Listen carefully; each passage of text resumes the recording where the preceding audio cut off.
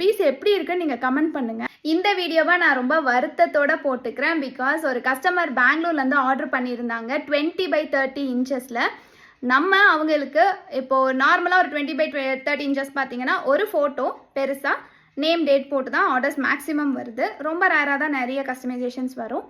அவங்களுக்கு என்ன சார்ஜ் வாங்குறோமோ அதே தான் நான் இந்த கஸ்டமர்ட்டையும் வாங்கியிருந்தேன். இங்கே பிரச்சனை என்ன அப்படின்னு பார்த்தீங்கன்னா, மற்ற போஸ்ட்டை பார்த்துட்டு அந்த மாதிரி என் பீஸ் இல்லை, ஸோ இந்த மாதிரி எனக்கு இல்லை அப்படின்னு கம்பேர் பண்ணாதீங்க. எப்போவுமே நீங்கள் ஒரு பீஸ் வாங்குறீங்க, உங்களோட திங்ஸை வச்சு உங்களுக்கு நம்ம என்ன பண்ணியிருக்கோம் அப்படிங்கிறது தான். ஏன்னா இந்த கஸ்டமர் வந்து அவ்வளோ தூரம் நாங்கள் அவங்களுக்கு எஃபோர்ட் போட்டு பண்ணி கொடுத்தோம். லாஸ்ட்டாக வந்து சிம்பிளாக ஒரே வார்த்தையில் சொல்லிட்டாங்க, நீங்கள் ஒன்றுமே பண்ணல அப்படின்னு. நான் கண்டிப்பாக அந்த வீடியோ ஃபுல் வீடியோ நான் மேக்கிங் வீடியோவும் போடுறேன், ப்ளஸ் அந்த எண்ட் ரிசல்ட் போடுறேன். அந்த அவங்க 3 ஃபோட்டோ கேட்டிருந்தாங்க. 3 ஃபோட்டோ காப்பி, 2 இன்விடேஷன்ஸை நாங்கள் லேமினேட் பண்ணி வச்சுருந்தோம், ப்ளஸ் 3 டேட்டு, அதுக்கு டைமிங். அவங்க மேலே வந்து ரொம்ப ஸ்பேஸ் வந்து இருக்கேன்னு சொல்லிட்டு அதை கவர் பண்ணலான்னு அவங்க நேம் அதை கூட நாங்கள் நல்லா பெருசாக போட்டிருந்தோம். ரெசின் ஆர்டிஸ்ட்டுக்கு தெரியும் இவ்வளோ சைஸுக்கு போட்டால் என்ன அமௌண்ட் வரும், இவ்வளோ சைஸ்க்கு போட்டால் என்ன அமௌண்ட் வரும்னு.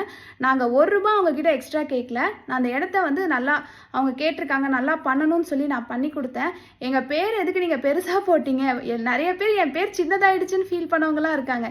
எதுக்கு எங்கள் பேரை பெருசாக போட்டிங்கன்னு கேட்டு ஃபர்ஸ்ட் டைம் நான் கேட்குறேன். ஒன்றுமே இல்லை அப்படின்னு சொன்னப்போ, நிஜமாக ஒரு ஆர்டிஸ்ட்டாக செஞ்சவங்க, ரெசின் ஆர்டிஸ்ட்க்கு முக்கியமாக இந்த கெமிக்கல் நின்று ஒர்க் பண்ணுறவங்களுக்கு நல்லா தெரியும் எந்த அளவுக்கு அது ஒரு ஹார்ட் பிரேக்கிங்காக இருக்கும் அப்படின்னு சொல்லிட்டு.